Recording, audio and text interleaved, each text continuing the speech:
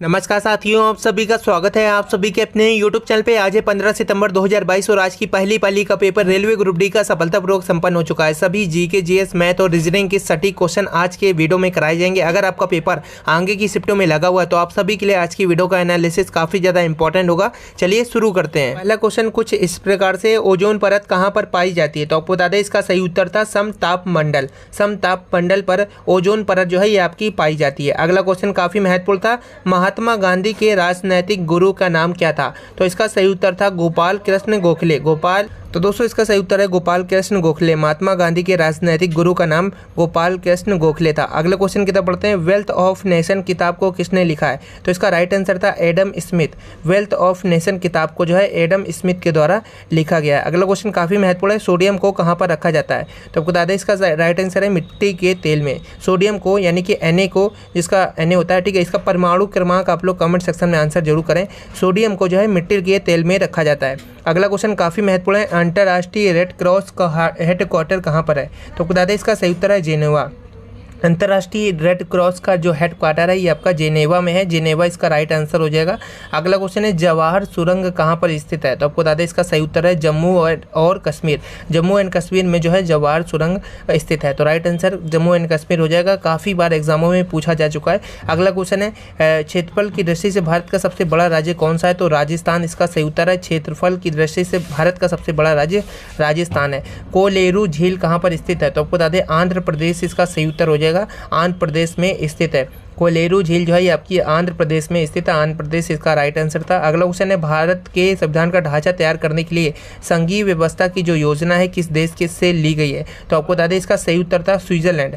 Switzerland इसका right answer था। भारत के संविधान का ढांचा तैयार करने के लिए संघीय व्यवस्था की जो योजना है ये स्विट्जरलैंड से ली गई है। स्विट्जरलैंड इसका सही उत्तर हो जाएगा। अगला क्वेश्चन है, फलों को कृत्रिम रूप से पकाने के लिए कौन सी गैस का प्रयोग किया जाता है? तो इसका सही उत्तर है एसिटिलीन। एसिटिलीन इसका राइट आंसर है। फलों को कृत्रिम रूप से पकाने के लिए एसिटिलीन गैस का प्रयोग किया जाता है। एसिटिलीन यहाँ पे सही उत्तर हो जाएगा, राइट आंसर हो जाएगा। अगला क्वेश्चन है, 3 बीघा कॉरिडोर जोड़ता है? तो आपको बता दें इसका सही उत्तर है बांग्लादेश और भारत को।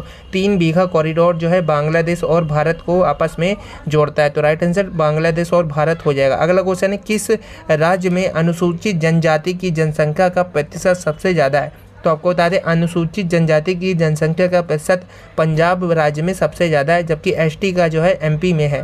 तो राइट आंसर क्या हो जाएगा? पंजाब इसका सही उत्तर हो जाएगा। अगला क्वेश्चन काफ़ी महत्वपूर्ण है, तांबे की माइन कहाँ पर स्थित है? तो आपको बता दें इसका सही उत्तर है खेतड़ी राजस्थान।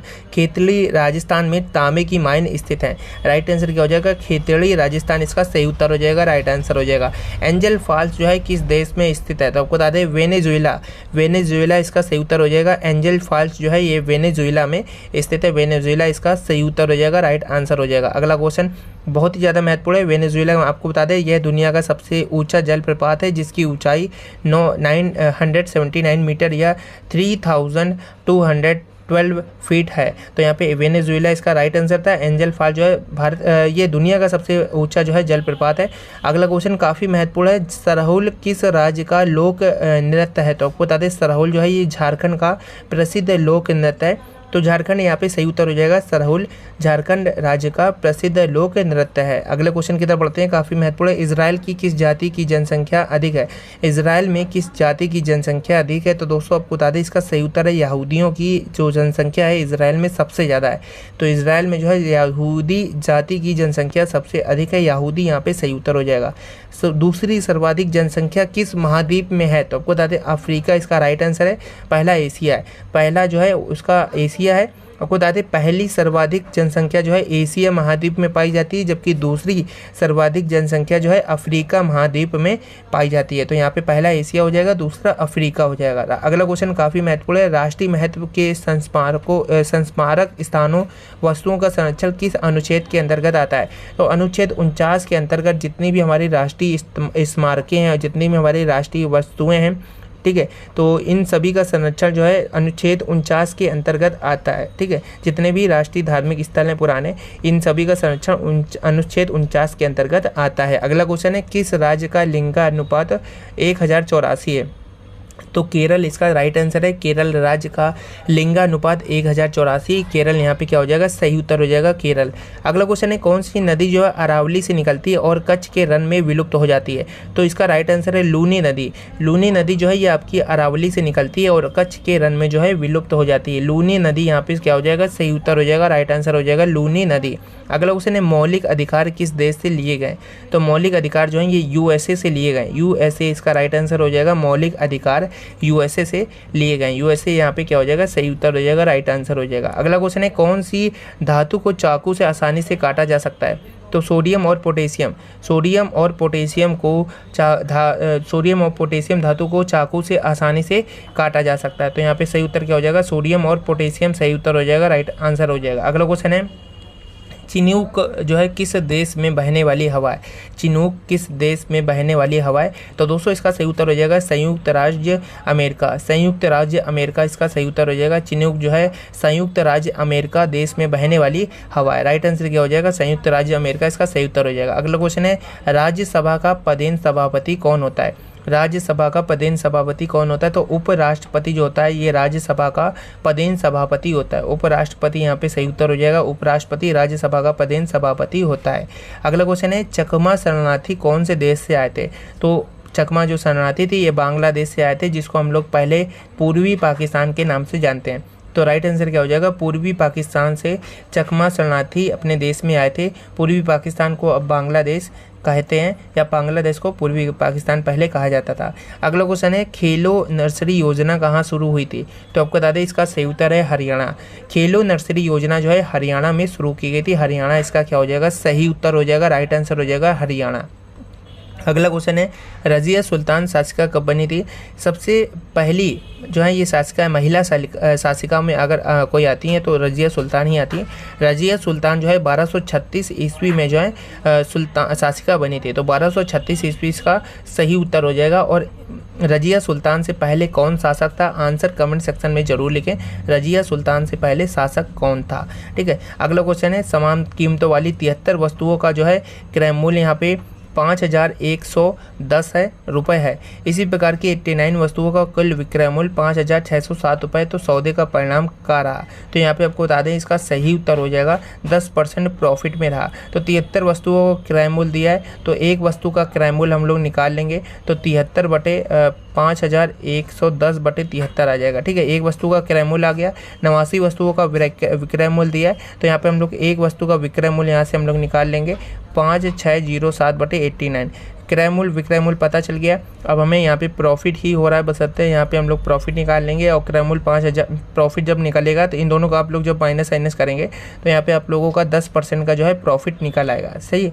इसके बाद अगला क्वेश्चन काफ़ी महत्वपूर्ण है। 8800 रुपये की राशि साधारण ब्याज की दर से 3 वर्षों में 956 रुपये हो जाती। यदि ब्याज जो है 4% बढ़ा दिया जाए तो 800 रुपये की धनराशि 3 वर्ष में मिसदन क्या होगा? तो इसका सही उत्तर हो जाएगा 252 इसका सही उत्तर हो जाएगा। क्योंकि 3 वर्ष में जो है 3 वर्षों में 956 हो जाती है, तो 3 वर्ष में 156 रुपये जो है क्या मिलता है हमको, ब्याज मिलता है। तो एक वर्ष में कितना मिलेगा, 3 पच्चे 15, 3 दूना 6, एक वर्ष में 32 रुपये मिलेगा हमको ब्याज। इसके बाद बोला है कि एक वर्ष में 32 रुपये मिलता है। इसके बाद बोला है कि ब्याज दर 4% बढ़ा दी जाती है।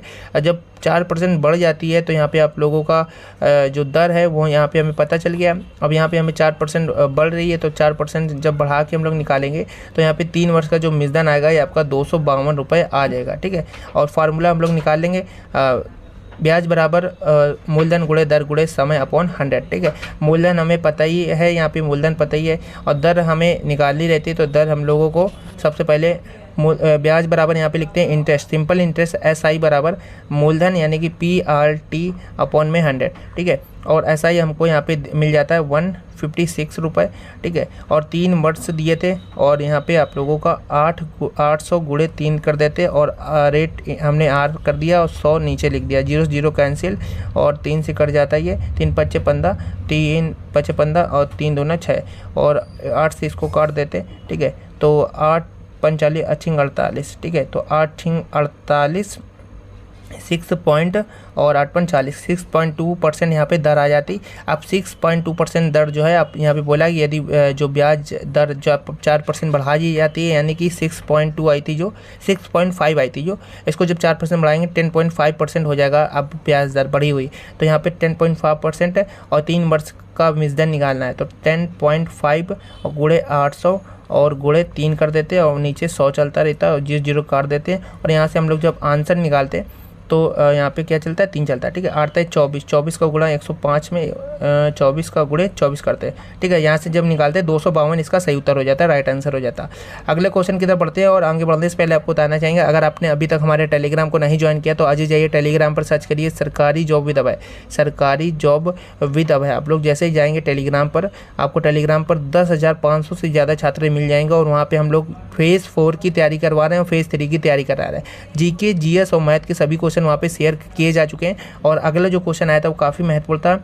a माइनस बी बराबर दिया था 8 और a प्लस बी बराबर दिया था यहाँ पे 16, ठीक है। इसके बाद पूछा था a square minus B square का मान बताओ। तो a square minus B square बराबर क्या होता है, a प्लस बी होता है और a माइनस बी होता है। दोनों का मान दिया हुआ था, a प्लस बी बराबर 16 दिया था और a माइनस बी बराबर 8 दिया था। 16 8 यहाँ पे हम लोग निकाल देते, 8 सिंह 48 और 8 का 8 4 12, 128 इसका सही उत्तर हो जाता है। राइट आंसर क्या हो जाता है, 128 हो जाता है। इसी प्रकार से अगला क्वेश्चन दिया हुआ था, कोई व्यक्ति है ए बी सी किसी काम को यहाँ पे क्रमशः 8 दिन में और 12 दिन में और यहाँ पे 14 दिन में करते हैं। तो सबसे पहले इसका जो है एलसीएम ले लेते हैं। 14 14 28 14 14 28 14 42 और यहाँ पे जो एलसीएम आता है 12 26 12 24 12 36 12 चौक 48 52 60। एलसीएम निकालते सबसे पहले। तो दोस्तों क्वेश्चन इस प्रकार से था, ए बी सी किसी काम को 8 दिनों में, 4 दिनों में और 12 दिनों में कर पाएंगे तो तीनों मिलकर उस काम को कितने दिनों में करेंगे। सबसे पहले इन तीनों का एलसीएम निकाल लेते तो 12 दूनी 24, 4 सिंह 24 और 8 24, 24 एलसीएम आ जाता, ठीक है। अब जब 24 एलसीएम आ जाता तो यहाँ पे इसकी एफिशिएंसी निकालने के लिए हम लोग को भाग करना पड़ता है। 8 का 8 16 आता है 24 और 4 सिंह 24 और 12 दूनी 24, सभी की एफिशिएंसी पता चल गई। तो टोटल वर्क अपॉन में सभी की एफिशिएंसी का योग 6 2 8 8 3 11। अब इसका भाग कर देते तो 11 दूनी 22 होता है और 2 बचता आपका शेषफल में और बटे में 11 चलता है। 2 सही 2 बटे 11 इसका राइट आंसर हो जाता है। वो तीनों मिलकर 2 सही 2 बटे 11 दिनों में पूरे काम को जो है समाप्त कर